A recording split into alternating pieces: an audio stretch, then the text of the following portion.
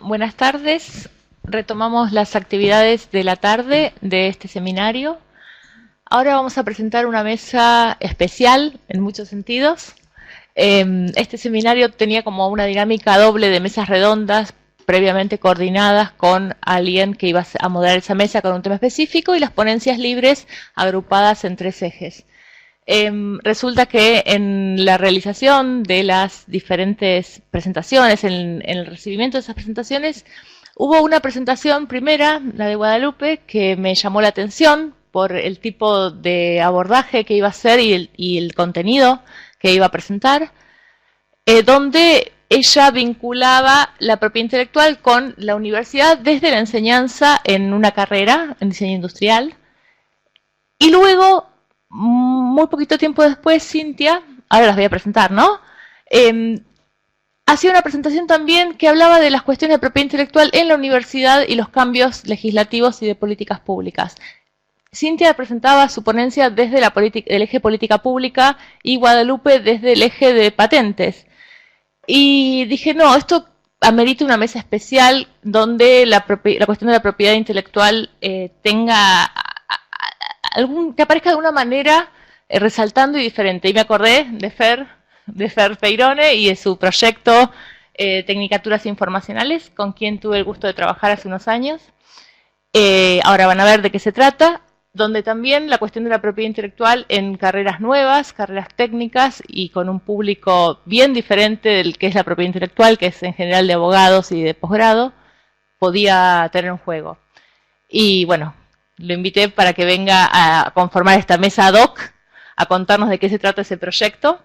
Así que, bueno, la idea es compartir estas tres experiencias de la universidad, ya sea en investigación, en educación, y el rol que de una forma u otra juega la propiedad intelectual. Y bueno, luego de sus presentaciones podemos dialogar sobre estos proyectos.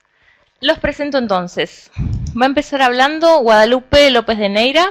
Ella es diseñadora industrial. Desde el año 2014 es docente titular de la Cátedra de Legislación, carrera de Diseño Industrial de la Facultad de Arquitectura, Urbanismo y Diseño de la Universidad Nacional de Córdoba. Es agente de la propiedad industrial, realiza asesoramientos y registros en el ámbito institucional y privado.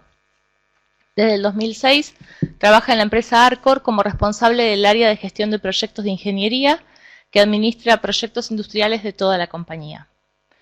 Luego va a hablar Fernando Peirone. Él es director del Observatorio Interuniversitario de Sociedad, Tecnología y Educación de la Universidad de San Martín, de la UNPAS, la Universidad Nacional de José de Paz, y de la UNIPE, la Universidad Nacional Pedagógica. Es director del Programa de Saber Juvenil Aplicado de la UNSAM, coordinador de las Tecnicaturas Informacionales de la Universidad Nacional de José de Paz, docente e investigador del Instituto de Altos Estudios Sociales, IDAES UNSAM, fundador de la Facultad Libre de Rosario, director del proyecto Profesiones Invisibles, proyecto académico 2016-2020 de la UNSAM, UNPAS y la Universidad Nacional de Villa María.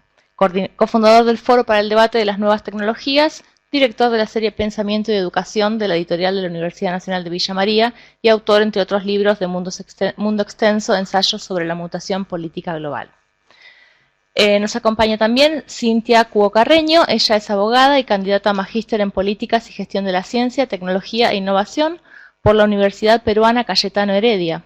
Ha sido capacitada en Propiedad Intelectual y Transferencia Tecnológica por la Universidad de California Davis, APEC Biomedical Technology Commercialization Training Center de Corea, la OMPI, entre otros.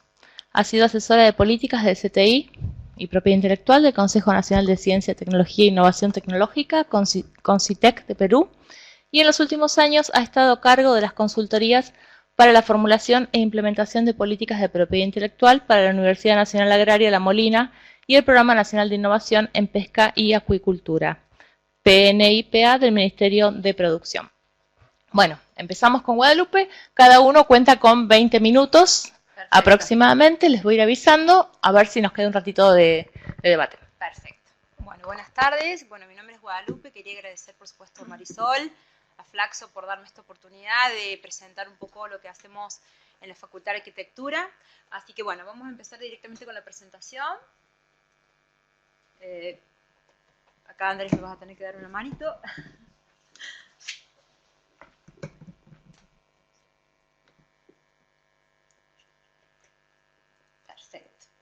ahí lo ponemos para presentar. Bueno, dentro del eje que yo voy a trabajar es el rol de las patentes y otros derechos de propiedad intelectual en la ciencia, la innovación y el desarrollo, ¿sí? Y el título de esta ponencia es la propiedad intelectual en la formación principalmente de lo que es el diseñador industrial. Los ejes que vamos a tratar nosotros acá son principalmente por qué la propiedad intelectual es importante en la formación de nuestro futuro profesional, cómo lo abordamos en 3 módulos, ¿sí? Después vamos a ver los ejes principales donde nosotros aplicamos la propiedad intelectual, cómo la enseñamos. Después vamos a ver la propiedad intelectual como es transferida, digamos, como un valor ético, como una estrategia y como una metodología. Y después vamos a comentar el proyecto que tiene la Facultad de Arquitectura principalmente, y temas que para mí son preguntas que a futuro podrían representar un debate, ¿no? Bueno, vamos a empezar. ¿Por qué nosotros decimos que la propiedad intelectual es importante en la formación del diseñador industrial? Porque el diseñador industrial en realidad es un creador de activos intangibles. El diseñador principalmente lo que hace es intervenir sobre la forma, sobre la función, sobre la tecnología, materiales, medio ambiente y utilidad. Ahí podemos decir que no solamente sería conveniente que lo que es lo relativo a las patentes de invención y a lo que es propiedad intelectual sea dada en la carrera de diseño industrial, sino tendría que ser una temática que debería estar en todas lo que son las carreras técnicas. Nuestra materia, la materia que principalmente yo soy titular, es una materia que se encuentra en el 4º nivel de la carrera de diseño industrial, ¿sí? Y digamos, después se retoma en trabajo final, que es el trabajo que los chicos realizan, digamos, con el cual se reciben, ¿sí? Nuestra forma, digamos, de abordar principalmente la propiedad intelectual es a través de 3 grandes módulos. Primero nosotros vemos lo que es derecho argentino aplicado a las creaciones intelectuales, vemos en forma muy general lo que es derecho de autor. Luego vemos el segundo módulo, que nosotros le llamamos la protección de las formas innovativas, funcionales y ornamentales, donde vemos lo que es inventos, modelos de utilidad, modelos y diseños industriales y marcas. Y el tercer módulo lo que hacemos es estudiamos principalmente los organismos y algunas leyes que regulan la propiedad industrial e intelectual en la Universidad Nacional de Córdoba con su reglamento interno, Argentina y algunos convenios internacionales, ¿sí? Digamos, eso es principalmente lo que nosotros vemos en nuestra cátedra, ¿no? Vamos a ir a la anterior, ¿sí? Bueno. ¿Cuál es el objetivo principalmente que seguimos nosotros con esta temática, digamos? ¿Qué es lo que intentamos desarrollar en el diseñador industrial, quien es el que desarrolla estas innovaciones o activos intangibles, que es lo que nosotros estamos tratando acá, relacionados a la propiedad intelectual?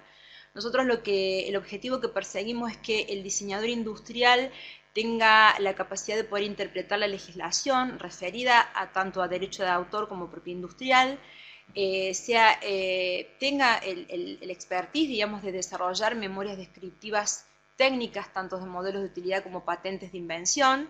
Ellos aprenden, ya les voy a mostrar cuáles son los trabajos que hacen.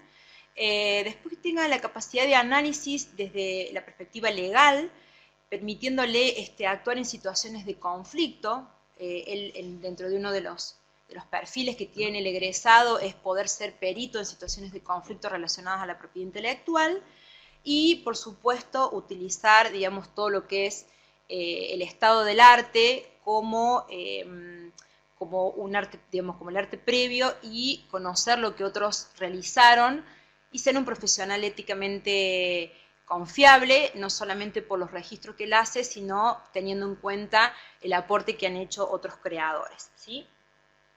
Bueno, acá les voy a mostrar un par de ejemplos, simplemente 2, de lo que nosotros hacemos en la cátedra. Nosotros lo que vemos es, hacemos lectura de jurisprudencia, análisis y comparaciones. Yo acá simplemente pegué algunos de los prácticos donde se hace el análisis de los abstracts o de las publicaciones de boletines, se hace análisis comparativos, se hace el análisis de los requisitos esenciales para que ellos puedan diferenciar cuando estamos frente a un modelo industrial, a una patente de invención o un modelo de utilidad. y además, como les comenté, leemos jurisprudencia y la comparamos con la legislación que, bueno, el año pasado ya entró en vigencia otros artículos con algunas modificaciones, ¿sí? Acá otro de los proyectos ya más relacionados a lo que es las patentes de invención. Nosotros lo que hacemos es, primero al alumno se le pide hacer una búsqueda tanto de objetos diseñados por él mismo como de alguno que se puede encontrar en el estado de la técnica, y hace una serie de comparaciones donde lo que analice principalmente es si reúne o no los requisitos. Esto le permite a él agudizar el sentido de si puede o no ser registrado o si tiene la novedad que es requerida un diseño propio para poder ser protegido. Acá nosotros, bueno, vamos a ver principalmente este trabajo, que es de una alumna, ¿sí? Lo que ella hace es presentarlo, hacer lo que es la memoria descriptiva. Nosotros seguimos el protocolo de acuerdo al procedimiento que pide, digamos, el INPI. Ellos aprendan, digamos, lo que es la cuestión de dibujos, ellos ya lo tienen incorporado desde los primeros años de la carrera.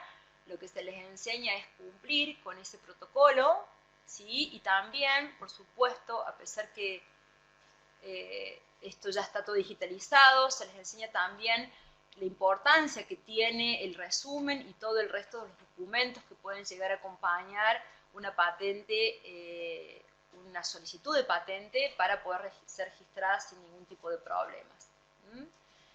Otra de las cosas que nosotros hacemos hincapié en esto, digamos, del registro de las patentes, no solamente de los diseños propios, sino que pueden asesorar a terceros, es que ellos conozcan qué puede provocar hasta un título inadecuado en una patente, cómo tienen que desarrollar el estado de la técnica y los problemas a solucionar para saber diferenciar que efectivamente hay un avance en la tecnología con sus propios desarrollos o con los desarrollos de los clientes a los cuales ellos pueden asistir, conocer la importancia de la descripción detallada, ya que ellos hacen dibujos, explotadas, distintos tipos digamos, de representaciones gráficas en situaciones de uso, para que un técnico en la materia, digamos, pueda analizarlos sin inconvenientes.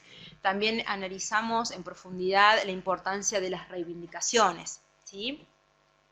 No es que queda solamente en la memoria descriptiva como tal, sino que vemos cada una de sus partes y lo que llevaría a un técnico que alguna de esas secciones de la memoria descriptiva estuviera incorrectamente realizada.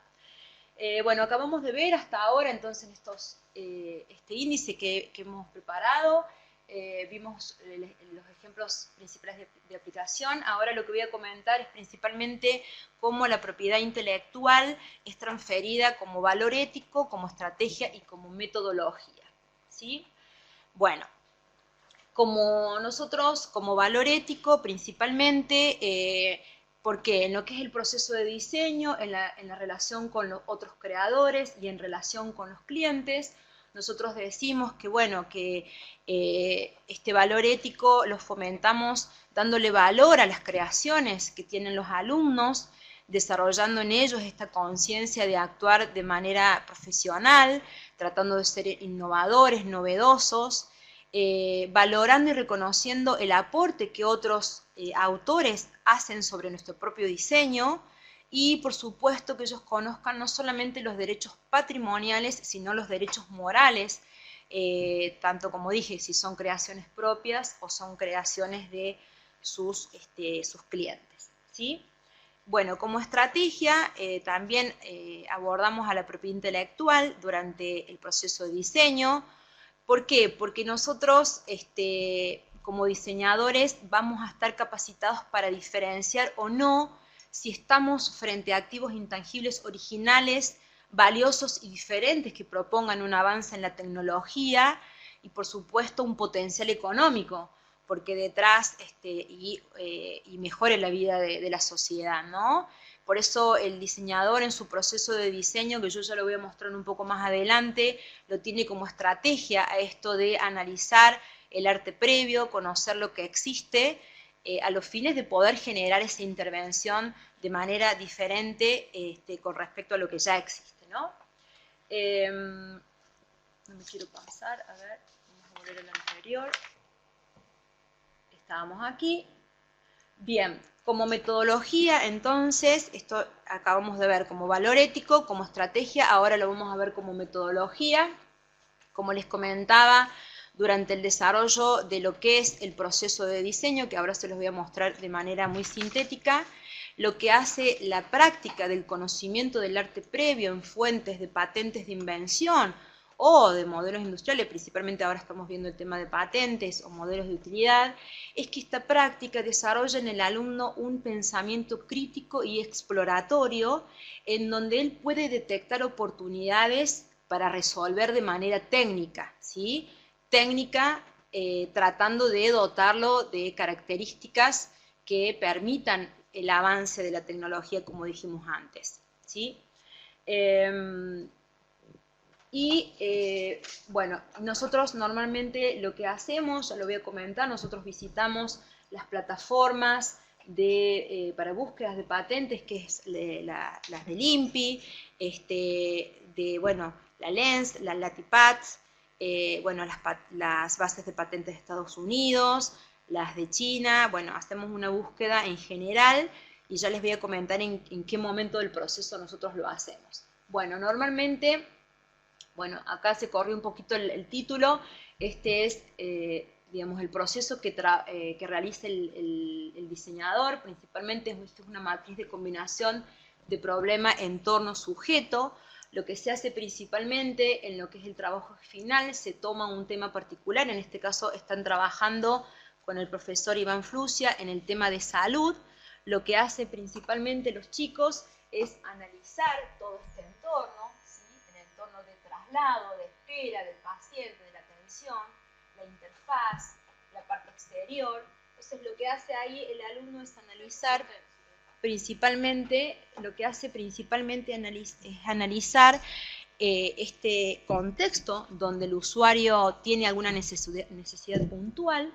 Luego, cuando hace ese análisis de contexto es donde analiza justamente también las patentes de invención, ve que hay una oportunidad de intervención, hay un problema puntual, desarrolla sus productos y ahí nosotros consideramos que es el momento donde él puede producir un avance de la tecnología.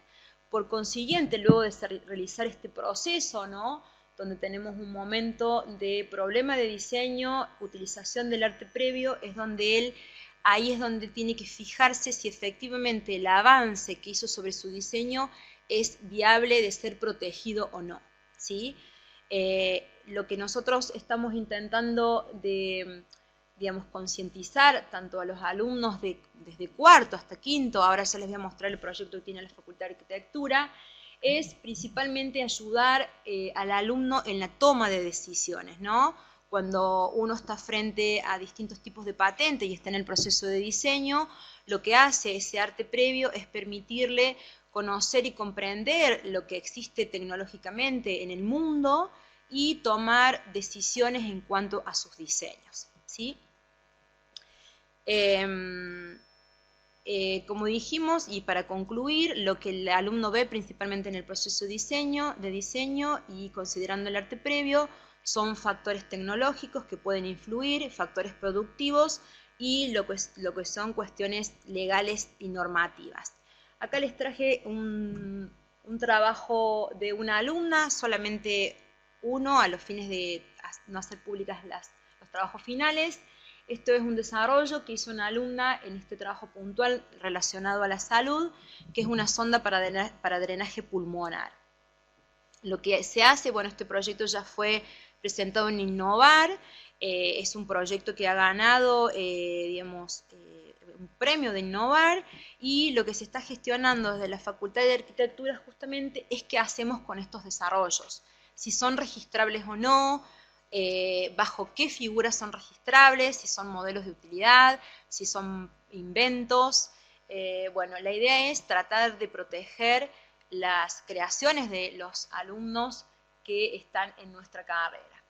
Por eso ahora, digamos, en estos días, bueno, el mes pasado se aprobó un proyecto en nuestra facultad que, digamos, trabajando con la Oficina de Propiedad Intelectual de la Universidad Nacional de Córdoba, Nuestra propia facultad, la Facultad de Arquitectura, va a crear, digamos, su oficina de propiedad industrial para la gestión de los activos intangibles, desarrollados tanto en la carrera de arquitectura como en la carrera de diseño industrial, digamos, bajo la necesidad o bajo el lema de que las universidades deben impulsar el desarrollo, impulsar y desarrollar nuevas tecnologías, difundir su investigación y todo lo que sean acciones destinadas al desarrollo de nuestro país. Como decía nuestro compañero anterior, Gregorio, Leandro, muchas de las innovaciones comienzan en las aulas, por lo tanto es algo que nosotros consideramos que tiene mucho valor, ¿sí?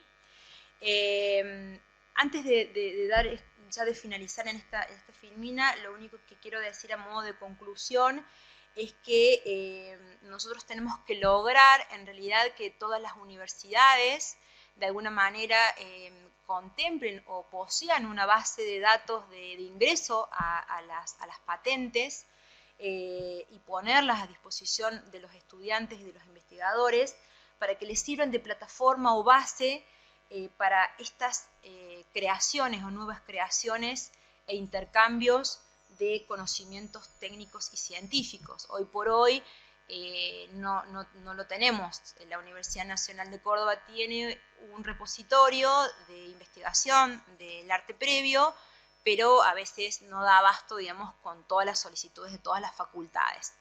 Eso sería un gran anhelo para nosotros que esté disponible a los fines de que los alumnos puedan hacer diferentes tipos de comparaciones, ¿sí?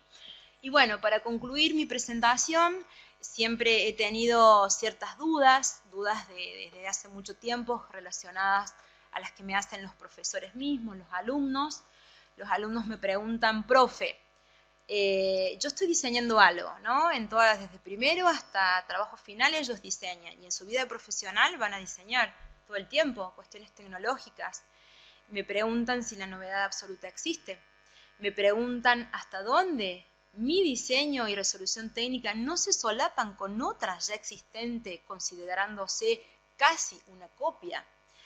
Y bueno, otra de las cosas es cuál es el futuro de los derechos de propiedad intelectual, cuándo las creaciones son publicadas en Internet, que lo estamos tratando acá, ya que pertenecen a la sociedad que en definitiva es la que les da origen. Y por último, si las creaciones desarrolladas en la universidad, en las universidades argentinas, son de alguna manera registradas, y si existe alguna licencia o alguna estadística que hable sobre justamente esta protección de nuestros alumnos, de nuestros investigadores, y bueno, y si están en definitiva, si son públicas y si podemos conocerlas. Así que bueno, nada más, les agradezco mucho su atención y bueno, esta es una frase que leí hace muy poquito en el diario: la fortaleza de un país se mide con un sistema científico-tecnológico y por su capacidad de la transformación del conocimiento en innovación industrial y en bienes o servicios de exportación. Bueno, muchas gracias, nada más. Buenas tardes a todas y todos. Bueno, muchas gracias por la invitación. Muchas gracias, Sol, por la invitación. Es un orgullo estar acá, porque sé de la trayectoria de este seminario y sé también, digamos, el trabajo que venís haciendo en este campo que nos ha aportado tanto también, ¿no?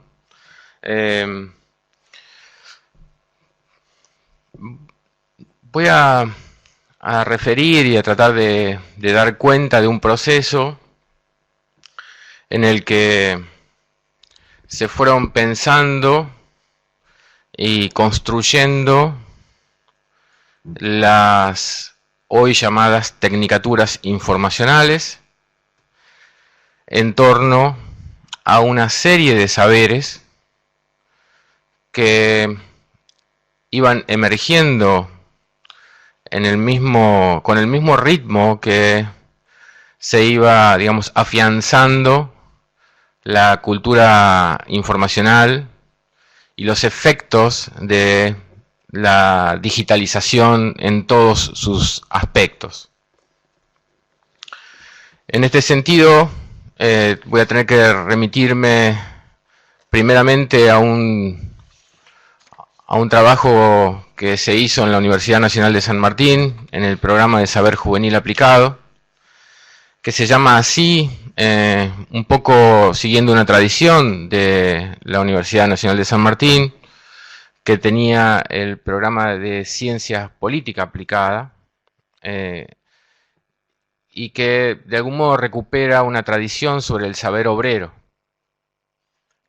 Saber que no siempre está puesto en evidencia, no siempre está visibilizado y no siempre está valorado de acuerdo al aporte que tiene en el mundo del trabajo. Porque es un saber del cual depende mucho de la organización empresarial y del mundo del trabajo en general, pero en la medida en que se pone en valor o se visibiliza, empieza a generar tensiones porque habilita ciertos reclamos salariales, de compensación salarial, y habilita también ciertas revanchas, en todo caso, con aquellos que quieren ponerlo en valor.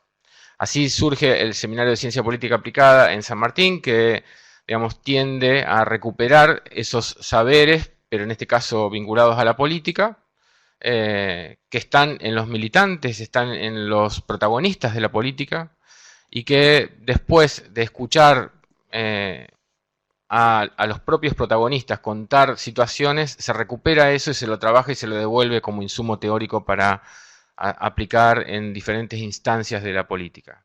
El programa de Saber Juvenil Aplicado tuvo origen en esa matriz y se propuso poner en evidencia un saber que empezaba a tener circulación y empezaba a tener cierta demanda en el mercado laboral, pero que era un tipo de conocimiento, un tipo de saber que hoy podríamos llamar, en términos de Margaret Mead, prefigurativos, o sea, saberes que son más bien de índole práctica, que se generaron por los entornos tecnológicos, a partir de una generación que vio mediada su vida social por la tecnología y que desarrolló una serie de conocimientos que empezaron a ser fundamentales en el avance y la emergencia de lo que hoy llamamos sociedad informacional, entendida como el orden social del cual devienen muchas de las pautas de conducta individuales y sociales en la sociedad actual, pero que se expresa de diferentes maneras en cada lugar, de acuerdo a su tradición, de acuerdo a su geografía, de acuerdo a su propia cultura. Y en ese contexto, digamos, fundamentalmente los jóvenes habían empezado a desarrollar muchos conocimientos de gran valor aplicativo, pero que estaban como invisibilizados o omitidos. Hablamos de saberes que empezaban teniendo un vínculo directo con la tecnología, pero que empezaban a su vez a trascender lo tecnológico para aplicarse en los modos en que estos jóvenes se pensaban y pensaban el mundo. En definitiva, empezaban a expresarse en el modo de habitar el mundo y que tiene relación con esa especie de multiplicación de perfiles que pueden tener en las redes sociales, en el uso de diferentes gramáticas, narrativas, aplicadas a cada una de estas redes sociales, que tiene que ver con el fuerte desplazamiento de una narrativa logocéntrica a una narrativa iconográfica, a una narrativa audiovisual, cuyo, digamos, ejemplo más visible o más común para todos nosotros puede ser el uso de los emoticones en el WhatsApp. De hecho, en 2015 el diccionario de Oxford, por ejemplo, designó a la palabra del año a un emoticón. El emoticón que tiene las lagrimitas a los costados porque ríe, ¿no? Porque llora de alegría.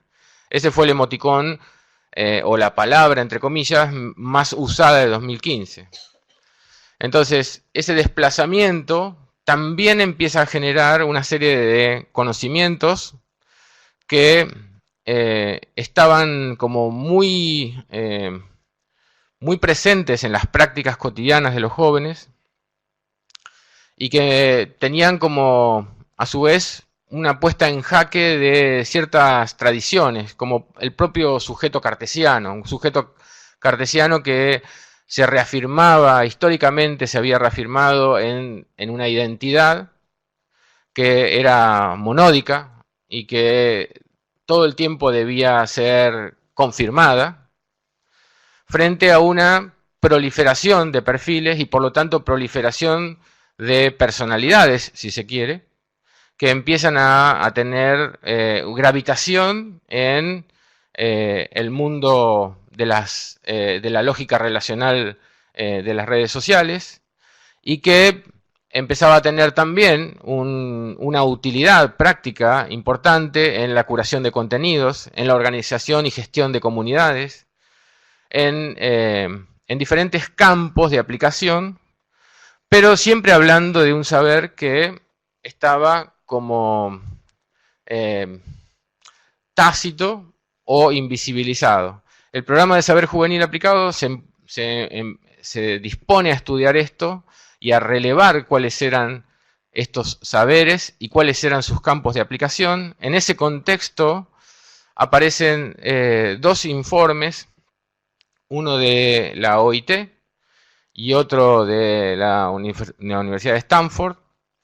El de la Universidad de Stanford hablaba de profesiones invisibles que estaban empezando a aparecer o ser demandadas sin tener en claro nadie de qué se ocupaban y tampoco tener en claro nadie cómo se denominaban, ni cómo había que llamarlas, ni dónde irlas a buscar. Profesiones que habían aparecido en los últimos 5 años, este informe de la Universidad de Stanford es 2013, y digamos, en los últimos 5 años, en ese momento, habían aparecido una playa de oficios nuevos, muy bien pagos, y que al mismo tiempo que aparecían, empezaban a dar de baja una cantidad enorme también de oficios que empezaban a desaparecer. En ese contexto, nosotros también leímos el informe de la OIT, en donde decía que más de un tercio, casi un cuarto de la población de empresarios del mundo tenía perfectamente en claro que necesitaban actualizar su matriz productiva, su organización empresarial, su modo de comunicar, su modo de vender y su modo de organizarse internamente, pero al mismo tiempo que tenían perfectamente en claro eso, no sabían a dónde ir a buscar la mano de obra que necesitaban, ni tampoco tenían en claro cómo se llamaba esa mano de obra que necesitaban. Así fue que, digamos, un poco poniéndose en evidencia esto y comparativamente con los primeros resultados de la investigación que llevábamos adelante en el programa de Saber Juvenil Aplicado, me comuniqué con el presidente de la Comisión de Ciencia y Tecnología de la Cámara de Diputados, que en ese momento era Martín Gil, que había sido secretario de Políticas Universitarias. Le propuse hacer un relevamiento de cuáles eran las áreas laborales de vacancia en donde empezaban a demandarse estos nuevos oficios y empezar a relevarlos para después empezar a construir o a organizar profesiones con nombres concretos y determinados, con perfiles profesionales también organizados.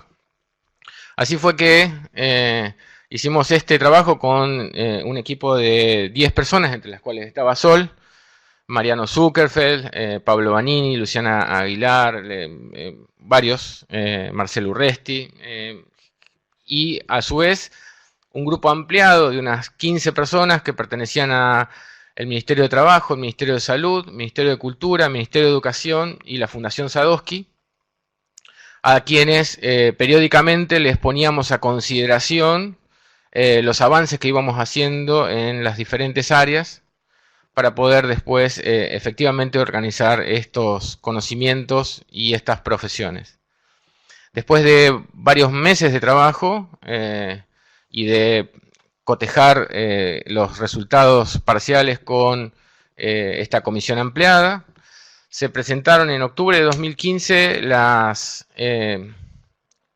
un informe general de las tecnicaturas informacionales, proyecto académico 2020, que se presentaron 21 tecnicaturas y diplomaturas, entre las cuales podría mencionar la tecnicatura en informática aplicada a la salud, tecnicatura en informática aplicada a los procesos industriales, donde el diseño industrial tiene un rol importante, la tecnicatura en informática aplicada a los procesos agropecuarios, la tecnicatura en domótica, la tecnicatura en comercio electrónico, la tecnicatura en gobierno electrónico, varias más que podríamos mencionar, todas ellas como pensadas como si fuera la versión 2.0 de alguna profesión anterior que empezaba a, digamos, discontinuarse. Por ejemplo, la tecnicatura en domótica como una versión, si se quiere, 2.0 de lo que fueron los actuales o antiguos albañiles o constructores.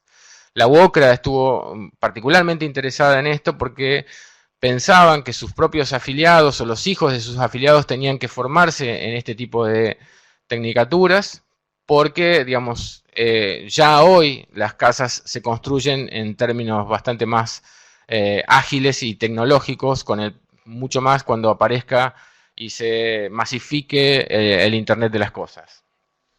En este sentido, digamos, aparecieron varias de estas tecnicaturas, de las cuales, esto estoy hablando de octubre de 2015, imagínense el momento electoral particularmente que se estaba viviendo, de las 53 universidades, más de 40 presentaron su interés por escrito, pero el nuevo gobierno desalentó la iniciativa y la única que implementó 3 de estas tecnicaturas es la Universidad Nacional de José Cepaz, que puso en práctica la tecnicatura en gobierno electrónico, la tecnicatura en comercio electrónico y la tecnicatura en informática aplicada a la salud. Desde entonces, desde 2016 hasta hoy, todos los años la matrícula viene duplicándose y la salida laboral de estos chicos es prácticamente inmediata porque hay un plan nacional claro de informatización del Estado, de lo que se llama el programa de gestión de documentación electrónica aplicado a todas las instancias del Estado, que cruza datos permanentemente. Por ejemplo, para sacar un boleto estudiantil tiene que estar vinculándose la SUBE con el CIU guaraní, donde el alumno tiene su registro de carrera y hasta dónde lo tiene actualizado. También en informática aplicada a la salud, porque es inminente que se digitalicen las historias clínicas, que las aplicaciones móviles empiecen a tener un rol cada vez más importante en el trato con los médicos y con las diferentes prácticas sanitarias. Y comercio electrónico porque es a viva voz y a, digamos, una evidencia que las actividades de comercio digital están cada vez más instaladas y ya en breve los términos de las compras offline ya prácticamente son igualadas por las compras online. Entonces, ahora quiero contarles algo porque aparece, y acá es donde tiene directo que ver con este seminario. Las tecnicaturas tienen 3 materias que son comunes a todas las tecnicaturas son tecnología y sociedad, con la idea de un poco plantear o contar el mundo actual y sus efectos de cambio, su dimensión de cambio. Tiene una segunda materia que se da en segundo año. Todas las carreras son de 1600 horas, en 2 años y medio se terminan y salen recuperando muchos de los saberes que los chicos ya traen y se aplican a estas profesiones y a estas carreras. Y la segunda materia es gestión de conocimiento. Y una tercera que es gestión de proyectos. Me quiero detener un poquito en gestión de conocimiento porque de lo que estamos hablando es de saberes, nosotros llamamos saberes tecnosociales. Tecnosociales por lo que les contaba antes, digamos, son saberes que surgen de la mano de la tecnología, pero terminan independizándose y adquiriendo esa operacionalidad para ser aplicada a distintos campos y a distintas circunstancias, básicamente por la impertinencia, si se quiere, de saltar permanentemente de campos disciplinares, remixar, reorganizar, recombinar conocimientos que hasta ahora formaron parte de compartimentos estancos, de alguna manera, a partir de lo que sería el plexo disciplinar. En este sentido, digamos, todo lo que tiene que ver con la gestión de conocimiento pone en evidencia algo que es muy común entre los jóvenes actuales, y es que debido a su impronta, digamos, más o menos innovadora, se encuentra con una institucionalidad bastante refractaria para poder asimilar esta marca de origen generacional. Estoy hablando básicamente de los millennials y ahora de los centennials, que han incorporado esta especie de marca y que la han tratado de aplicar, pero se han encontrado con una institucionalidad que les ha dado dificultades para asimilarla. Entonces, así como hay dificultades para asimilar esta innovación, también hay dificultades para que se asimile este conocimiento, esta idea de un nuevo saber organizado en otra lógica, en otra clave. Entonces, la materia gestión de conocimiento tiene un doble propósito. Por un lado, recuperar muchos de estos conocimientos que se archivan de otra manera, se organizan de otra manera, se buscan de otra manera y se piensan de otra manera. Y por el otro lado, de darle lugar a una serie de dificultades que aparecen con esta institucionalidad refractaria, que hace que cuando quieren implementar no puedan y elijan el emprendedorismo. Una palabra muy de moda y muy aplicada, digamos, o mejor dicho, aprovechada por la lógica del mercado para poder usufructuar esa especie de impulso autonomista que tienen estos jóvenes, que es muy de esa generación, y que justamente a partir de ese impulso autonomista se terminan convirtiendo en emprendedores y siendo máquina, digamos, o siendo carne de cañón de una flexibilización y una precarización laboral evidente, cuando en realidad les venden ser autónomos. En este sentido, la idea de el conocimiento nuevo es una necesidad, particularmente a partir de una cosa, ya termino, estamos en 20.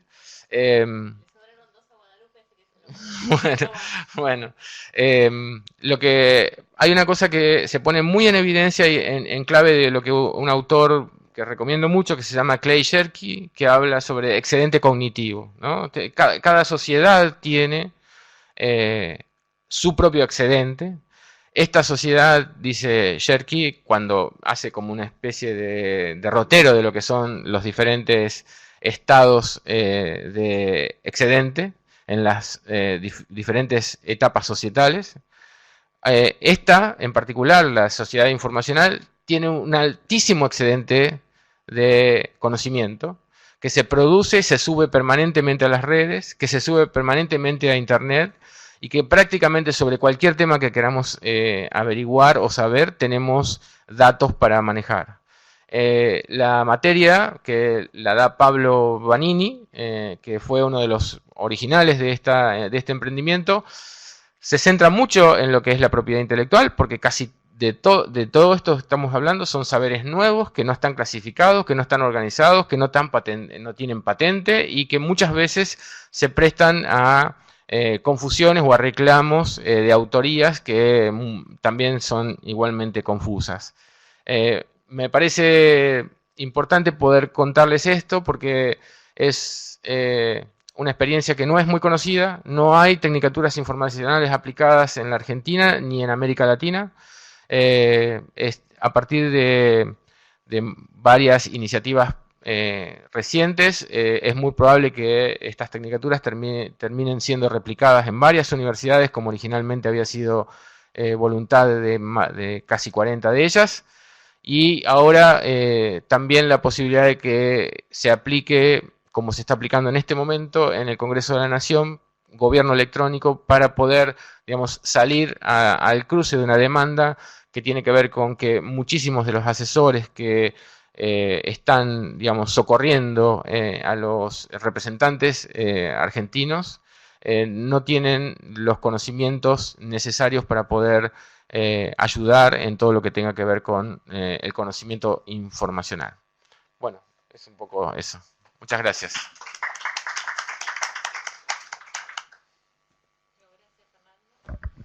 Gracias, Fernando. Me retrotrajiste una época maravillosa, la pasé muy bien. Bueno, después te hago algún comentario. Sigamos con tu presentación, Cintia.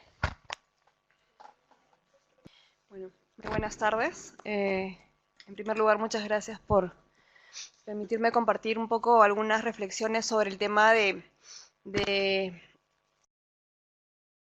los avances y retos en materia de propiedad intelectual para las universidades peruanas, ¿no? Espero que sea de interés y puedan luego, si gustan, comentarme algo también para saber sus opiniones. En primer lugar, quiero mencionar, voy a hablar de políticas públicas, así que puede ser un poco denso, voy a tratar de resumir los títulos de las leyes, todo esto. Así que quiero contarles a grandes rasgos que partiendo de un marco conceptual de un sistema, un ecosistema nacional de ciencia, tecnología e innovación, pues en el caso peruano identificamos actores desde el lado del Estado, desde el lado de la academia, ¿no? Desde el lado de la empresa y otros agentes que también, digamos, interactúan entre sí. Existen también instituciones entendidas como reglas de juego que rigen estas interacciones, ¿no? Reglas de juego normativas, por ejemplo, en materia tributaria, en materia de propiedad industrial, intelectual, entre otros.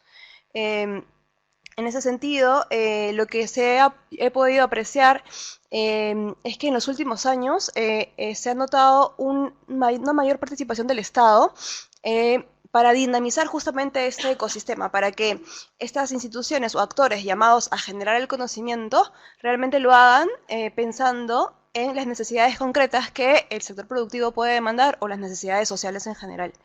Y pienso que me gustaría resaltar dos factores habilitantes para esta dinamización, que son los instrumentos financieros y los instrumentos normativos. Instrumentos financieros, por esto hago referencia a los fondos concursables, que son diversos. Hablamos de agencias públicas de financiamiento que cuentan con recursos, ¿no es cierto?, no reembolsables, ¿no?, que brindan o que permiten financiar proyectos de investigación y desarrollo o con un enfoque hacia la innovación a favor de empresas, universidades o de empresas y universidades de manera conjunta. Entonces, hablamos de instrumentos financieros, he identificado el más antiguo desde el año 2001 para el sector de agricultura. Hay otros que, por ejemplo, uno es el Fondesit, que está adscrito depende del CONCITEC, que es el Consejo Nacional, el ente rector en materia de ciencia, tecnología e innovación. Hay otros más con un enfoque hacia la investigación aplicada, como es Innovate Perú, que depende del Ministerio de la Producción, más orientado a empresas. Hay dos últimos que me llaman mucho la atención, que son el PENIA y el PENIPA. El PENIA, que es el Programa Nacional de Innovación Agraria, ¿no? Y el PENIPA, que es el Programa Nacional de Innovación en pesca y acuicultura, que justamente estos dos últimos han sido creados gracias a un préstamo del Banco Mundial y un cofinanciamiento del Estado. Entonces vemos diferentes fondos en diferentes épocas, con diferentes enfoques, algunos especializados por sector, y esto a grandes rasgos es lo que quería comentarles como los instrumentos financieros que han sido un brazo, digamos, del Estado para empezar a dinamizar el ecosistema. Y digo dinamizar porque algo tienen en común todos estos fondos, y es que de una u otra manera promueven a través de sus bases, de las bases de sus concursos, esa interacción entre empresa y universidad, dándoles un mayor financiamiento, un mayor porcentaje de financiamiento cuando se presenta al concurso una empresa de la mano con una universidad. Entonces, por ahí es un primer empuje a que conversen. Por otro lado, quisiera hacer referencia a los instrumentos normativos. Solo voy a mencionar dos. Una es la ley 30.309, que es la más conocida como la Ley de Beneficios Tributarios, la cual conjuntamente con su reglamento respectivo, lo que hacen es permiten que las empresas que invierten en investigación y desarrollo puedan deducir de sus impuestos, su impuesto a la renta, ese monto que han invertido en esas actividades de investigación y desarrollo. Y además, este marco normativo establece que en caso la empresa por sí misma no pudiera realizar esas actividades de investigación y desarrollo, pues contrate a los centros de investigación autorizados. Centros de investigación debidamente autorizados por el CONCITEC, que en su mayoría son justamente las universidades que cuentan con institutos, con facultades, con laboratorios que pueden darle este servicio a las empresas. Entonces, por ese lado, la normativa también trata de que conversen nuevamente estos dos actores. Y otra norma que quisiera resaltar es el reglamento de calificación, clasificación y registro de los investigadores. Es decir, es una normativa de este año, del 2019, que en realidad es una consecuencia de modificaciones previas del 2017, del 2018, que lo que busca es establecer los criterios mediante los cuales el CONCITEC va a evaluar y va a decidir quién realmente debe ser considerado como investigador, y si es considerado como investigador, en qué nivel o en qué rango se le clasifica. Un aspecto importante es que entre los criterios que considera está justamente el contar con registros de patentes, de manera que también se les trata de incentivar hacia esta herramienta de la propiedad intelectual e industrial. Entonces, les he contado a grandes rasgos un poco los instrumentos normativos, financieros y cómo han tratado de mover, de impulsar esta interacción entre estos actores. Y ustedes tal vez me preguntarán, ¿y qué pasa con el sector educativo, con el Ministerio de Educación? Y es que ciertamente las universidades, al ser parte del SINACIT, del Sistema Nacional de Ciencia, Tecnología e Innovación Tecnológica, claro, son parte de este ecosistema, y el CONCITEC rige, es el ente rector de este sistema.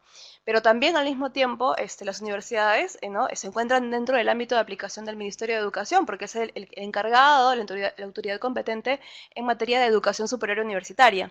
Entonces ahí hubo un punto de encuentro, y es por eso que en el año 2014 se aprueba la nueva ley universitaria, la ley 30.220, que derogó la anterior, que data del año 1983.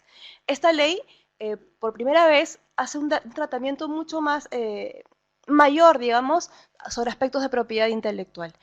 Por ejemplo, esta ley, en primer lugar, resalta mucho el tema de vincular la investigación que se genera en la universidad con esas necesidades del sector productivo. Por primera vez hace un desarrollo sobre la importancia de contar con incubadoras de empresas dentro de las universidades. Por primera vez hace un desarrollo sobre cuál es la regla que rige en materia de patentes y derechos de autor en el caso de creaciones generadas en las universidades, qué porcentaje mínimo le corresponde a la universidad en esos casos de regalías generadas a partir de patentes. Entonces, esta ley, en principio, tiene avances con respecto a la ley derogada.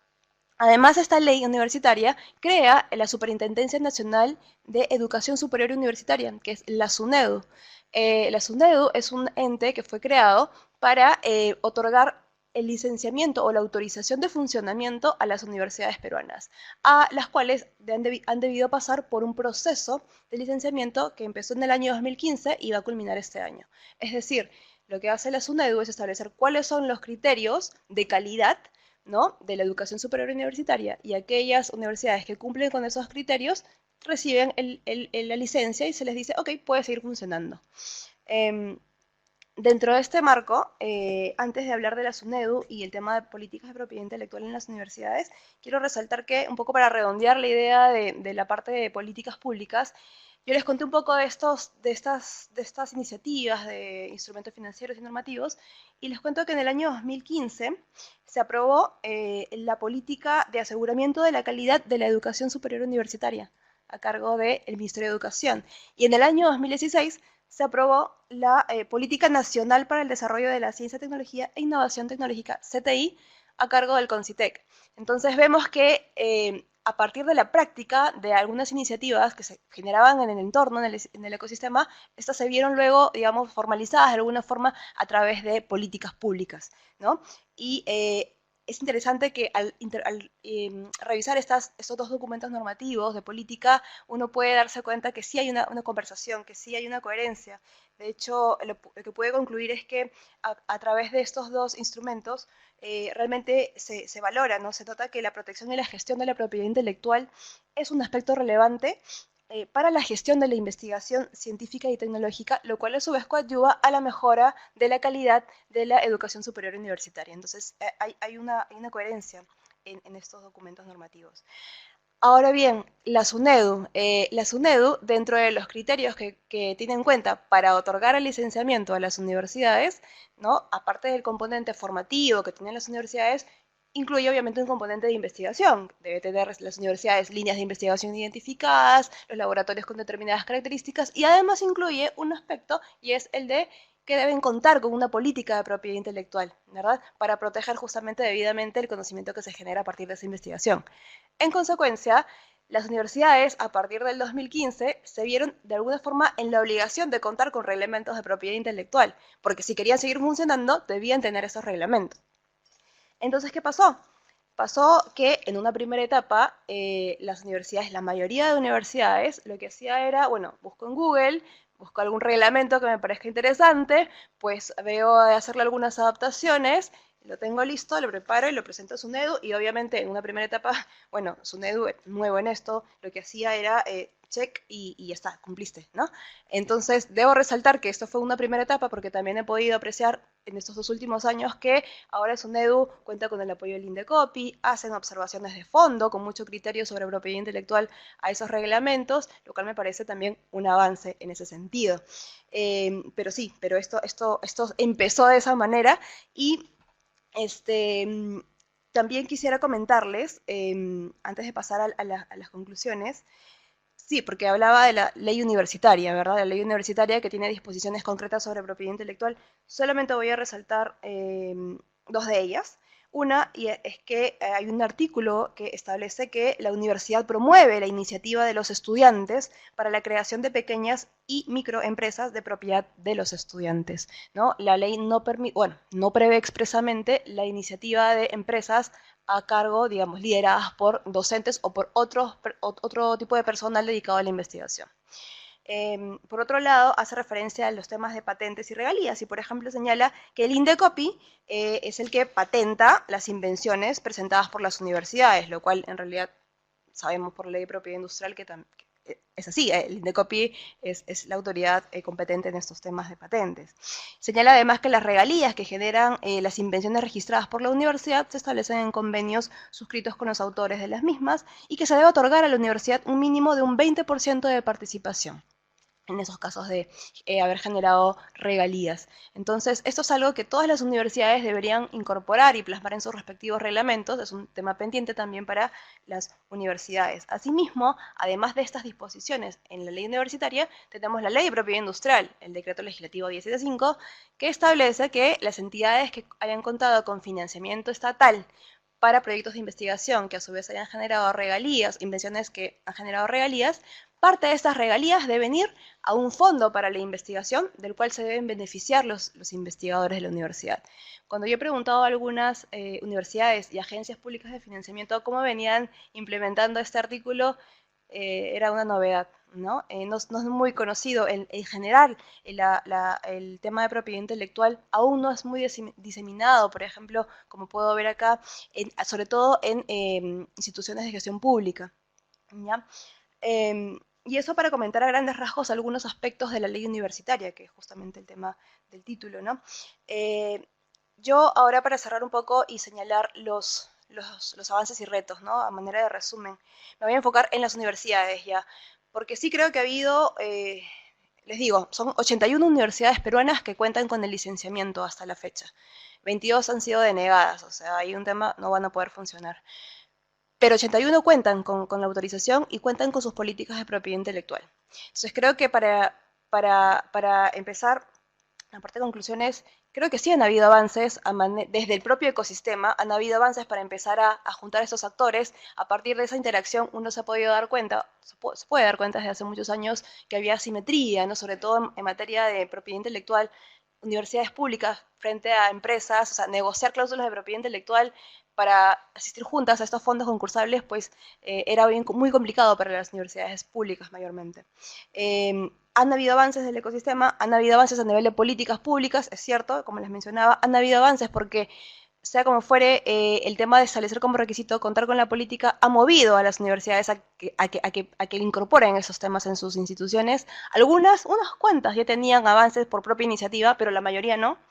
Y igual, los retos, creo que los retos para las universidades peruanas en general van más por el tema de la implementación. Pero antes de la implementación, creo yo que un primer paso debería ser las que ya están licenciadas, estas 81, preguntarse, ¿no? Hacer un proceso de introspección, ¿no? Este reglamento, esta política que presenté y por la cual me dieron la autorización, ¿realmente responde a mi misión, a mi visión, a mis objetivos como universidad? O sea, ¿responde a mi realidad o no? Primer paso. Y segundo, ¿cómo voy? Digamos, lo modifico, de repente hago que sí responda, y si hago eso, ok, tendrás una normativa muy bien redactada, ¿y cómo la implementas, no? ¿Qué otros factores habilitantes en tu institución deberías revisar, trabajar en ellos para que realmente se pueda cumplir lo que dice tu reglamento? Entonces, por ejemplo, cuento con personal, ¿no? Capacitado para hacerse cargo de mi oficina de propiedad intelectual y transferencia tecnológica, o es una persona que tiene 1000 labores y entre esas 1000 labores se encarga por ahí de ver un tema de asesoría, un investigador en temas de patentes. Cuento con una cultura diseminada de propiedad intelectual en mi comunidad universitaria. Los investigadores tienen confianza en sus funcionarios para poder compartir sus invenciones. Contamos con una cartera de proyectos de investigación de calidad, ¿no? Que podamos de repente pensar en proteger, en transferir, ¿no? Como una línea de base para empezar, ¿no? Una serie de aristas que en realidad creo yo van más por la parte de implementación, la parte operativa, y que permitirían justamente pues, que se pueda cumplir con lo que establezca tanto su reglamento o política de propiedad intelectual y con el fin de la ley universitaria y de la política de educación superior universitaria, que es que este conocimiento generado en las universidades atienda realmente a necesidades concretas de la sociedad. Listo. Muchas gracias.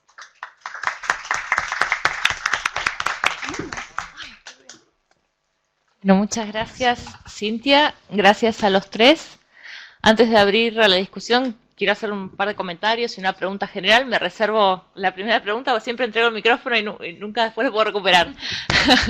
Así que ahora voy a actuar autoritariamente y les voy a hacer unas preguntitas. Bueno, muy interesantes las tres presentaciones, diversas absolutamente, y sin embargo con este hilo que comentaba inicialmente, ¿no? La idea de pensar sobre todo la propiedad intelectual desde un punto de vista de herramienta, de un medio para un fin. Cada uno destacó de alguna forma para qué o por qué se lo utiliza como, y no como un fin en sí mismo, como muchas veces suele aparecer la cuestión de la propiedad intelectual. En un caso con la juventud, en otro caso con jóvenes también, en una carrera universitaria tradicional, en otro caso en carreras novedosas, en tu caso, Cintia, con un cambio legislativo importante.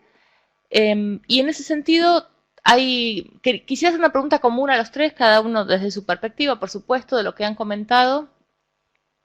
En relación a la recepción, cuando se implementan proyectos como los de ustedes, de diferente naturaleza, ¿no? El que presentó Fernando más general, el de Guadalupe más particular en una cátedra, y el de Cintia todavía más general aún, porque es a nivel ya legislativo y nacional.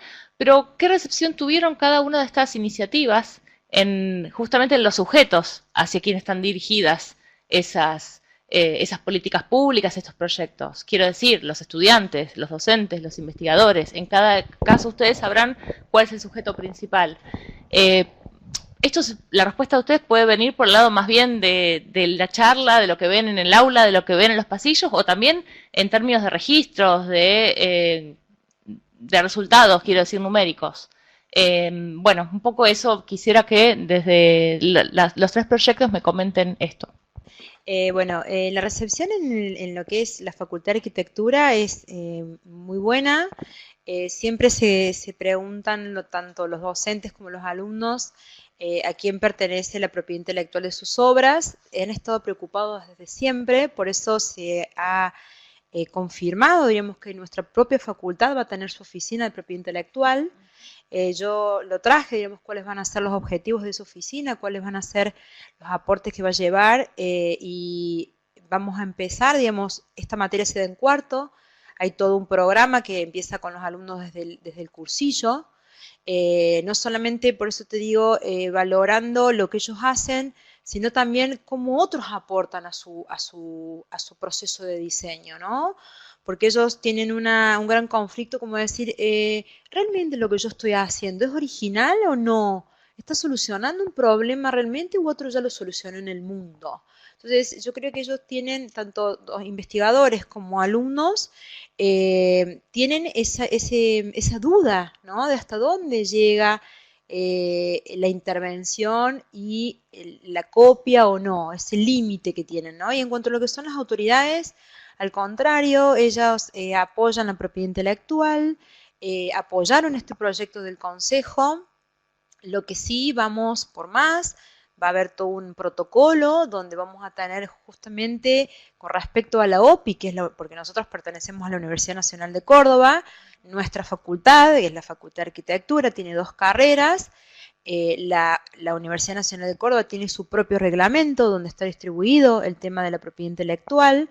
La titularidad pertenece a la Universidad Nacional de Córdoba, pero hay muchos grises. Entonces se va a trabajar en conjunto para que no haya dudas de a quién pertenece la titularidad, a quién pertenece, o sea, el derecho moral es indiscutible, pero sí, además, ¿qué se hace con ese conocimiento? No quiero explayarme mucho, ¿no?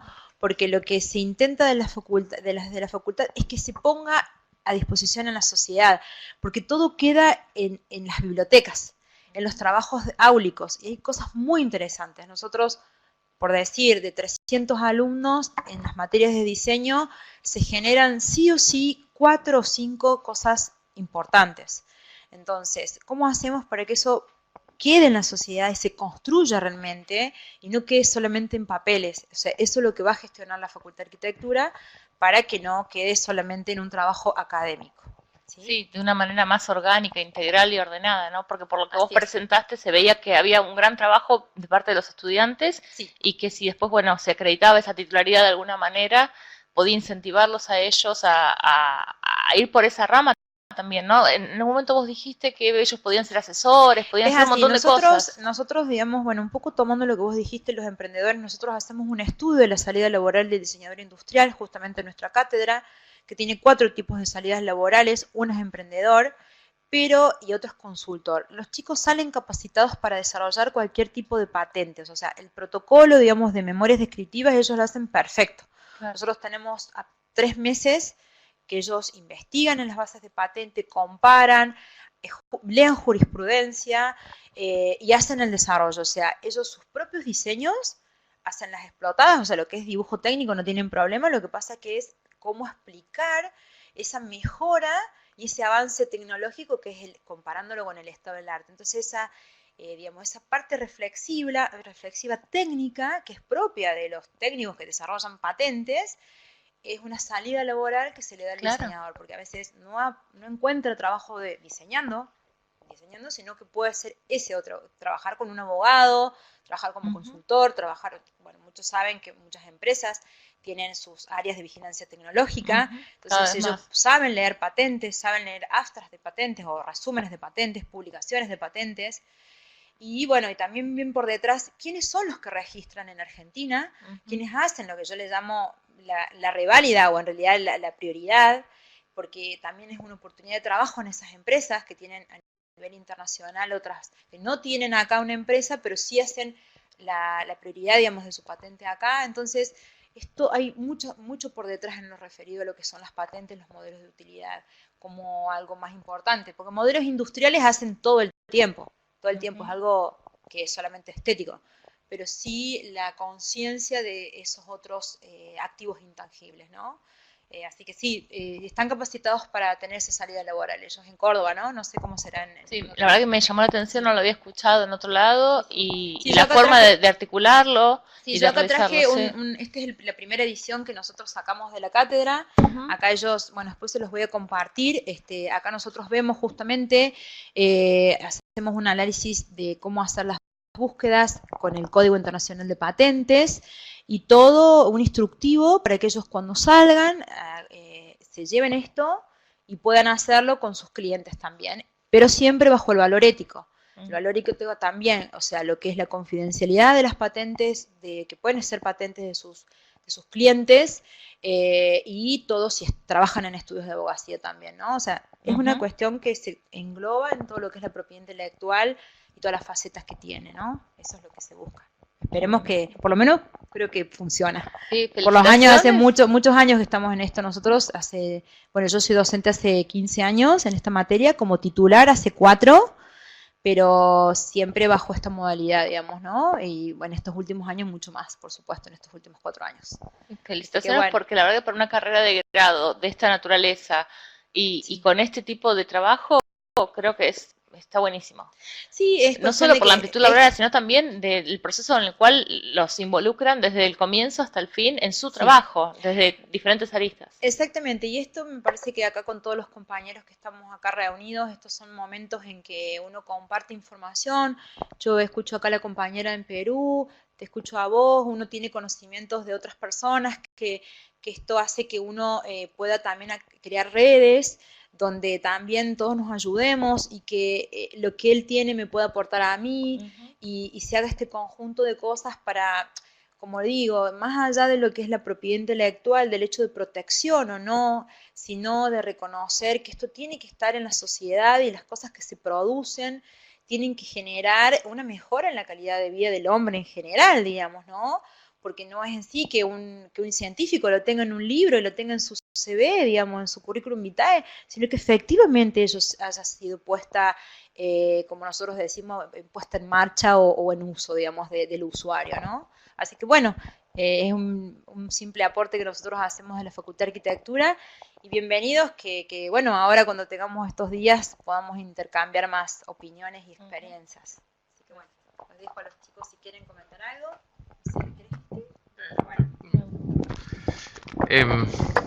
Bueno, gracias por la pregunta, porque de algún modo permite recuperar algo que está bueno comentar, y que es un poco las dificultades que tenemos, ¿cómo llamarnos? Adultos.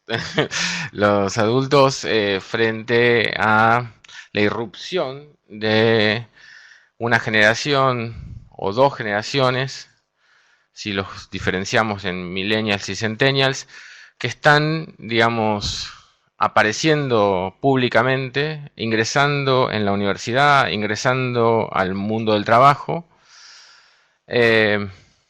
pero que no tienen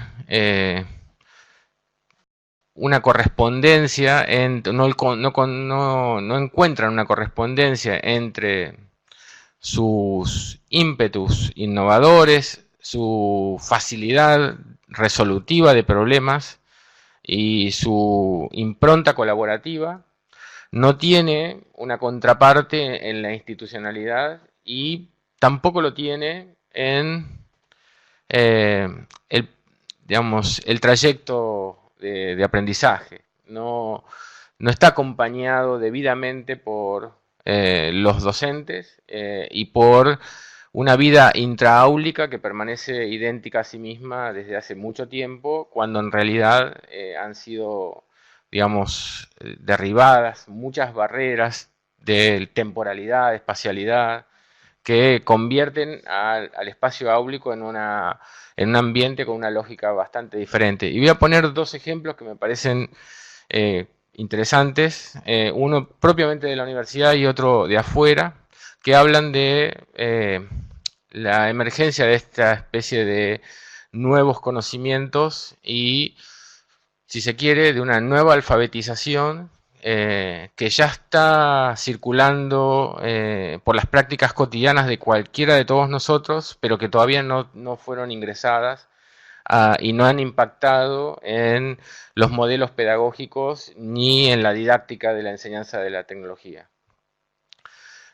Uno es que en la universidad, cuando nos toca recibir mayormente niñas y niños o jóvenes, adolescentes que vienen de diferentes escuelas privadas, públicas, a conocer la universidad, a conocer su oferta, como ocurre en casi todas las universidades argentinas, nos hemos encontrado con que muchos, digamos, el caso concreto que quiero decir, me toca ir a recibir a los docentes y directivos de las escuelas secundarias, los recibimos el personal de docentes de la universidad, mientras los chicos están recorriendo la universidad. Hablamos un poco con los profesores, con los directores, les preguntamos cosas sobre sus escuelas, y digamos, es muy común escuchar decir que los chicos no tienen buena lectocomprensión. Es muy común, es un reclamo absolutamente permanente, te diría. Y lo otro es que, digamos, a los chicos no les gusta leer, entonces las chicas van a elegir enfermería y los varones van a elegir profesorado de educación física. Cuando uno va después a hablar con los chicos, uno se encuentra con chicos que casi estuvieron condicionados por esa mirada, al punto de que ellos mismos dicen, no, a mí no me gusta leer, a mí no me gusta, digamos, hacer nada que tenga que ver con el estudio, prefiero, las chicas dicen, prefiero ser enfermera, y los chicos prefieren ser profesor de educación física. En esa instancia me tocó hablar con ellos y decirles que, digamos, uno podía tener una mirada, digamos, diferente sobre las cosas, sobre todo de alguien que estudia a la juventud y que se encuentra en este momento con un aula llena de chicos, con más de 100 pibes, y que son un fenómeno social muy importante en el mundo, en el cual están, digamos, depositadas la mirada de casi todas las ciencias sociales y humanas, porque es una generación, o son dos generaciones que se han desclasificado de lo sociológicamente interpretable, porque se han desclasificado de la lógica del trabajo, se han desclasificado de la lógica de los comportamientos, se han desclasificado de la lógica subjetiva, y, digamos, son algo que en todo caso es para admirar el modo en que están llevando adelante un mundo nuevo con experiencias propias que no pueden respaldarse en la experiencia de sus padres, sino que son inaugurantes de una cultura. Y entonces, en ese sentido, los chicos, está bueno ponerles en valor todo eso que tienen y traen, y que alcanza con decirles, ¿quién de ustedes sabe hacer un perfil y cambiarlo y llevar el link de tal lugar a tal lugar? Entonces, digamos, rápidamente aparecen conocimientos que son de suma utilidad en el mundo actual, que tienen aplicación en un montón de perfiles profesionales y que tienen proyección profesional muy importante. Eso es una cosa. Y el otro es un fenómeno que me llama mucho la atención, al punto de que se convirtió en un tema de investigación para mi tesis, que es una empresa que se llama Arbusta, y les invito a todos que busquen en internet. Es una empresa que se inauguró por iniciativa de una cooperativa de cirujas del barrio de Barracas, que le comentaron a un economista argentino que no querían seguir la tradición de cirujas, no querían que sus hijos siguieran revolviendo basura, y que empezaran que él evaluara qué otra cosa podía tener para que estos chicos siguieran en una lógica cooperativa, pero orientada hacia otra cosa que no sea revolver basura. Entonces, en ese pedido se volcó a estar casi etnográficamente con ellos un mes o 2 meses, y empezó a ver que eran chicos que tenían celulares, la mayoría, chicos, estoy hablando de 13, 14 años, 15 años, que tenían, muchos de ellos habían recibido, en ese momento, estoy hablando de 6 años atrás, 2013, habían tenido computadoras de Conectar Igualdad, a partir de lo cual habían ampliado sus horizontes de vida, habrían ampliado sus horizontes de saber, y frente a cualquier desafío que le ponía este economista muy vinculado a la tecnología, empezó a notar que sabían qué hacer, sabían cómo hacer muchas cosas. Lo que posiblemente no supieran, y efectivamente fue así, es el nombre de lo que sabían.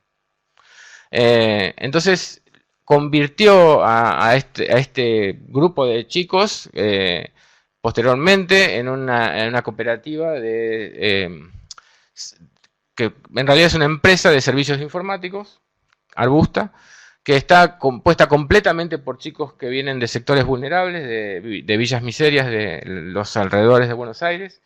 El año pasado facturó 9,5 millones, tiene una base en Montevideo, otra en Buenos Aires, otra en Rosario, otra en Medellín, y está abriendo en Nueva York, en el Bronx, una próxima. Y son todos chicos que en general no tienen ni siquiera terminado el colegio secundario, pero que están completamente habilitados por las prácticas tecnosociales que tienen para poder, digamos, desarrollarse profesionalmente en muchas cosas y convertirse rápidamente en interlocutores de ingenieros de sistema que trabajan en IBM, en Amazon, en Mercado Libre, en L'Oréal París, en Disney, etc. Con lo cual, digo, otra vez me interesa, digamos, poner en evidencia que muchas veces estos jóvenes pueden no percibirse a sí mismos como competentes o potencialmente competentes para muchas cosas que hoy se demandan y se necesitan, pero que, digamos, efectivamente tienen esa capacidad, y es interesante empezar a ponerla en evidencia y lograr cierta plasticidad o cierta ductilidad en las instituciones educativas para poder asimilarlas. Gracias por tu respuesta. Muchos adultos no lo ven así. Y es realmente, como decís, son desvalorizados por los adultos y ellos no saben dónde están. Pero tienen valores que nosotros no teníamos en la de ellos ni en la. Te felicito realmente. Muchas gracias. Gracias, Juan. Bueno, felicitaciones, Fer, por el proyecto, gracias por la respuesta. Algo similar quería decir, ¿no? Esta valorización de la palabra de los jóvenes, ¿no? Me interesa particularmente lo que se ve en ese proyecto, en el trabajo de los jóvenes, en las capacidades, las habilidades y sobre todo en la autopercepción, ayudarlos a autorreconocerse como sujetos capaces, que eso también está de alguna forma u otra en el currículum. Así que ojalá que siga creciendo el proyecto, que se incorpore en otras universidades y bueno, que estos chicos y chicas sigan por ahí. Ojalá.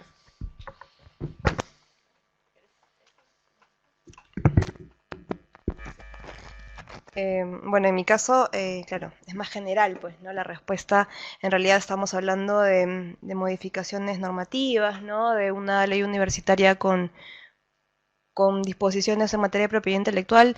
Voy a llevar la respuesta más abocada a este requisito de contar con un reglamento, una política de propiedad intelectual. En eso, básicamente. Sí, de acuerdo. Entonces, lo voy a abordar por ahí. ¿Cómo lo recibieron? No, como les he comentado, en un primer momento, pues, no fue una reacción, ¿no? No fue la ideal. De hecho, el propio Indecopi publicó en el año 2018 un informe sobre esto, y lo que yo les digo es lo que ellos también han podido identificar, ¿no? Que fue una redacción entendiendo la situación de prácticamente tienes que contar con un reglamento y tienes que cumplir con ciertos hitos para poder funcionar, y entonces esa fue la primera reacción de las universidades. Favorablemente, como les digo, ya eso está cambiando, he visto que ha cambiado y eso me parece que es positivo. Eso por el lado de hablando obviamente en términos generales, porque han habido unas cuantas universidades que ya tenían reglamentos, que ya incluso estaban tratando de mejorarlos por propia iniciativa, porque tenían autoridades con el tema muy claro, entendiendo que la propiedad intelectual es una herramienta que les va a ayudar a poder decidir cómo van a llevar esa nueva tecnología, ese nuevo conocimiento, no solo a empresas, a comunidades, a poblaciones vulnerables, a través de asistencia técnica, ¿no? Porque las universidades tienen esa misión de difundir finalmente el conocimiento, pero eso no se contradice con la posibilidad de también poder trabajar con las empresas. Entonces, creo que sí, la reacción inicial fue esta, en la mayoría, en algunas no, en algunas ya había esta voluntad.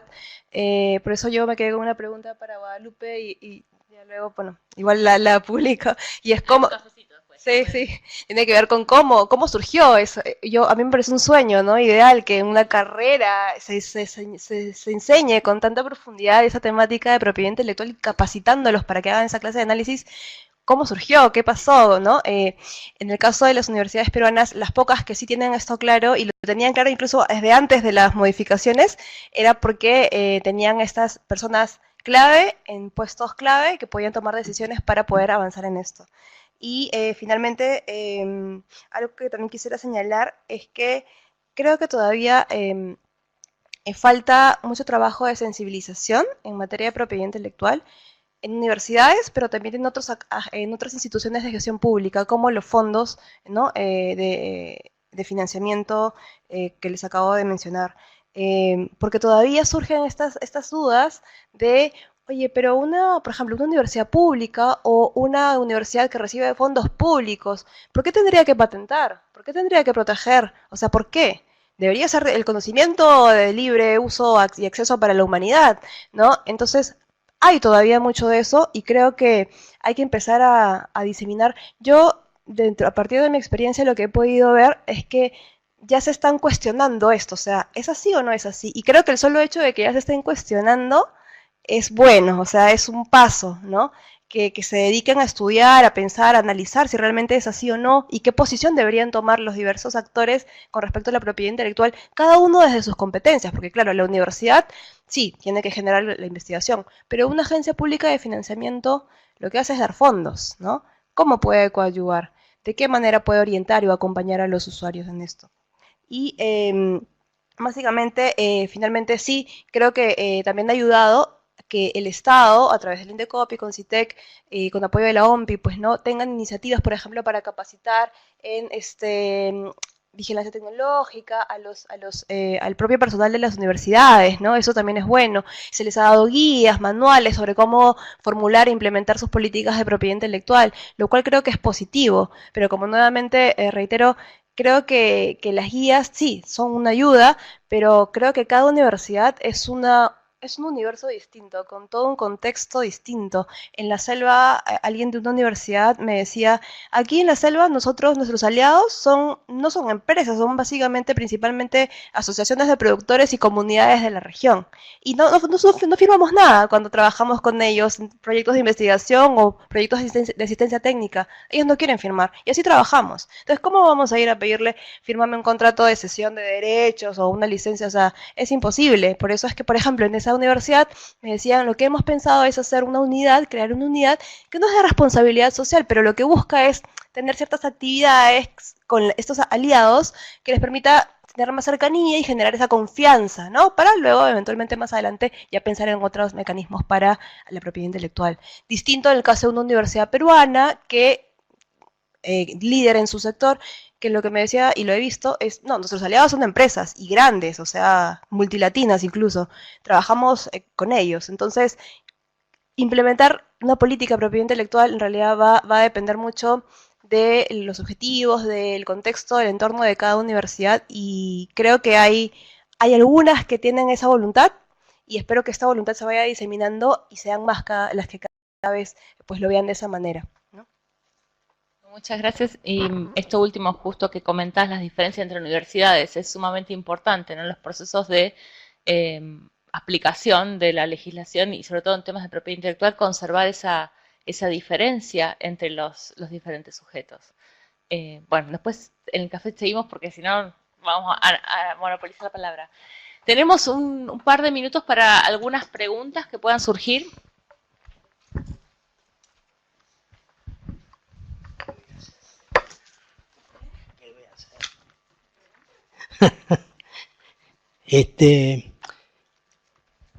Me preocupa mucho lo que oí. Pero antes de decir por qué me preocupa, voy a explicar un poquito quién soy yo, pues si no es distinto lo que diga. Yo hice mi primer trabajo de investigación y desarrollo en el año 1966. Cumplo 78 años ahora. En serio. Gané mi primer juicio de patentes en 1972. Mi empresa, IPESA, fue la empresa argentina que más juicios de patentes tuvo con las multinacionales. Y vendí tecnologías al exterior por más de 50 millones de dólares. Las dos únicas que vendí en Argentina nunca me las pagaron. Bueno, ¿qué son las patentes? Mi título de mañana es ¿qué hablamos cuando hablamos de patentes? El problema grave es que no tenemos claro el tema de las patentes. Es decirle a los chicos que tienen que patentar es realmente desorientarlos mucho. Ustedes vieron hoy de las patentes, uno de los cuadros que mostró Correa, que en Estados Unidos solo el 30% de las patentes presentadas son aprobadas. Entonces, es decir, que el otro 70% es dinero tirado a la calle. Entonces tenemos que tener mucho cuidado antes de empezar a gastar dinero en eso. Ahora, de esas patentes, yo le dije a Correa que hay que hacerlo, hice mucho trabajo, no se puede, pero yo tengo, con estos 40 años, 60 años que peleo por las patentes, y en 72 ahora va a ser 50 años, he visto que la mayoría de las patentes que se aprueban están mal aprobadas. Todas las patentes biológicas, por eso le dije al chico del INASE que lo que él proponía no tenía nada que ver con patentes. Casi todas las patentes están mal aprobadas. ¿Por qué? ¿Qué es lo que pasa? Todas las patentes biológicas que están agarrando un pedazo de un gen. Juan, te pido si puedes ir al punto porque estamos muy sobre... No, es que quiero que no sigan diciéndole a los chicos que tienen que patentar. Bueno, tienen que aprender. Está bien, pero es su perspectiva. ¿Y qué pregunta? Bueno, o un comentario... ¿Cómo sabés qué tenés que patentar? ¿Cómo sabés qué elegís para patentar? Sí, yo le puedo hacer lo que pasa, lo que nosotros hacemos en nuestra facultad, ¿no? En nuestra carrera de diseño industrial. ¿Cuántas patentes tenés? No tenemos, por eso, nosotros lo que estamos haciendo ahora es tener nuestra propia oficina. Lo que hace el alumno, porque hoy por hoy el alumno es el que tiene que poder registrarlo, lo que nosotros le hacemos es que él tome conciencia y que pueda comparar si su producto tiene novedad, sino que no la patente. Sí, bueno, fenómeno. Pero eso es el primer entonces, paso. No, bueno, nadie se le va a ocurrir patentar algo que no tiene novedad. No, es que la idea es que ellos están en un proceso de aprendizaje. Bueno, por entonces, eso le estás enseñando la parte administrativa, no le estás enseñando a inventar. Es que ellos, discúlpeme señor, pero ellos son diseñadores industriales, tienen el proceso de diseño, les enseñan a innovar. Sí. Entonces, nosotros de la cátedra de legislación... Vos hablaste de patentes. Bien, pero patentes... Eso no es patente, diseño no es patente, ¿no es cierto? Son modelos de utilidad y diseños industriales. No, es que pueden desarrollar una patente de invención en algún tipo de maquinarias. Los alumnos en su vida profesional. Que inventar la maquinaria. Claro, pero por eso le digo, lo que ellos tienen que hacer, los que la misma función, los alumnos, a los alumnos los que se le tiene que enseñar básicamente que ellos puedan diferenciar en las búsquedas de patentes, en las bases de patentes, que lo que ellos estén haciendo no esté inventado y si está inventado, cómo pueden modificarlo. Entonces no van a registrar lo no patentable. Por eso la idea es que ellos sean conscientes de eso. Puede no estar patentado, pero no es un invento. Totalmente, es así. ¿No es cierto? Entonces, pero ellos tienen que saber esa diferencia. El invento nace al revés. El invento nace de un conocimiento tecnológico. Les recomiendo de Cronenberg, La hélice de oro. Cronenberg fue un gran biólogo, premio Nobel y todo lo demás, y vean cómo nace el proceso. El proceso no nace por ahí. Si Cronenberg hubiera tenido que ir a aprender cómo se hacía una patente, nunca hubiera hecho una patente y hubiera buscado a otra cosa, dedicarse, porque le hubiera aburrido. Entonces me preocupa mucho lo que están explicando, muchísimo.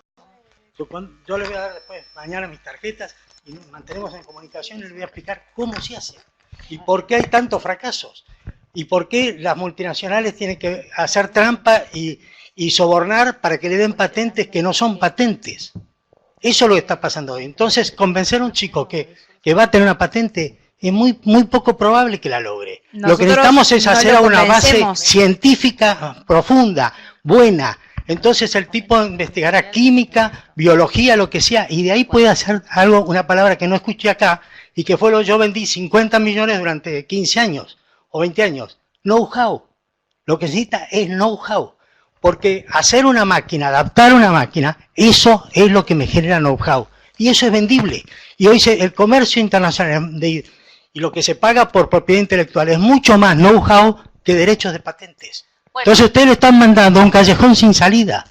Entonces, discúlpenme, soy viejo, entonces como soy viejo digo lo que sé y lo digo con todas las palabras. No, lo que pasa es que yo lo que le quiero decir es que en realidad desde la universidad lo que se hace es que el chico reflexione, uno le enseña ciertas cosas y después va a decidir, nosotros damos también know-how, entonces él después va a decidir frente a esto si lo quiere guardar, o si va a ser un secreto industrial, una patente de invención, un modelo de utilidad, un modelo industrial, él va a tener que decidir. Va a tener esa opción realmente adelante. Es que él lo va a tener que decidir porque cada uno, es como la ética, igual. No. Es igual. Gracias.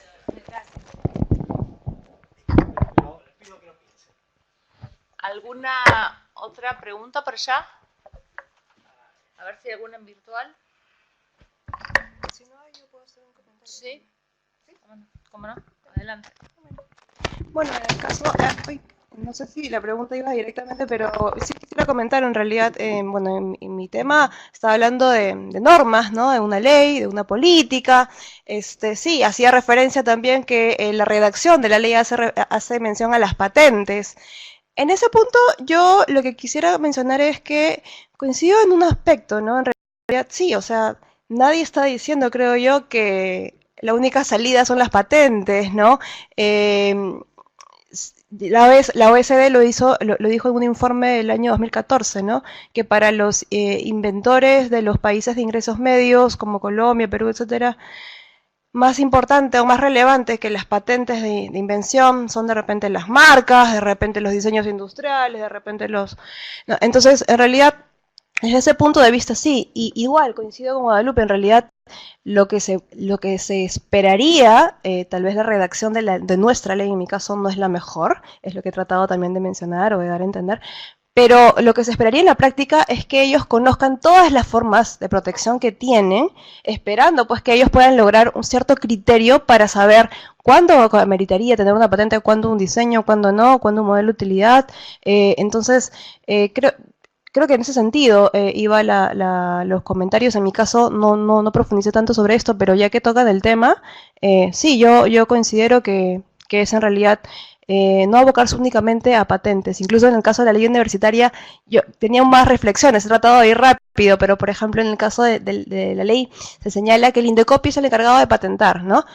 Y yo decía incluso, ya, pero ¿y si esa tecnología, el mercado de interés para esa tecnología no es solo el Perú? Porque Indecopi es la entidad, la autoridad competente para el caso peruano, pero si de repente quieres llevarla, su mercado de intereses, no sé, Brasil, Estados Unidos, en realidad tal vez se ha acotado demasiado la redacción a un tema específico. Indecopi patenta, sí patenta, pero tal vez hay que tener una mirada mucho más global, incluso pensar en otras, ¿no? En otros mercados. O sea, creo que bueno, es la primera vez, como les digo, que nuestra ley introduce estos aspectos.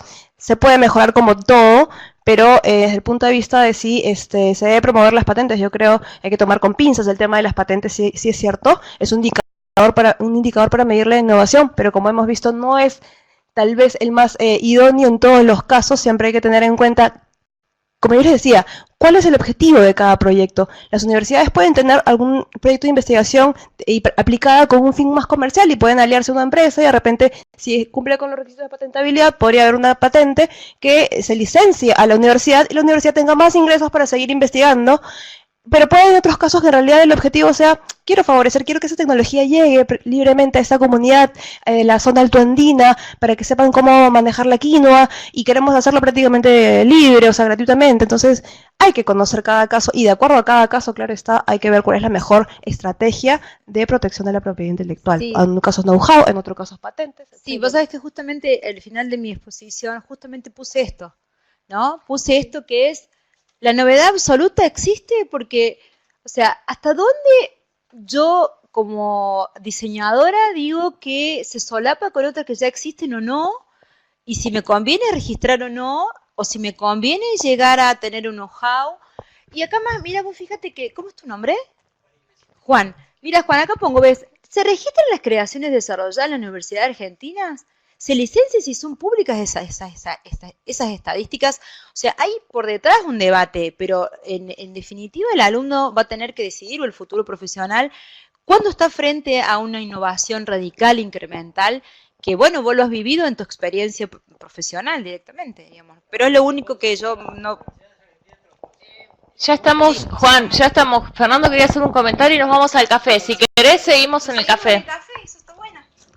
Sí, lo que yo quería agregar, o en realidad era un poco terminar sobre o redondear algo que quedó un poquito inconcluso, que es esa especie de reflejo automático que tienen los docentes o los adultos o el sistema educativo en general de decir que los jóvenes actuales no tienen una buena lectocomprensión.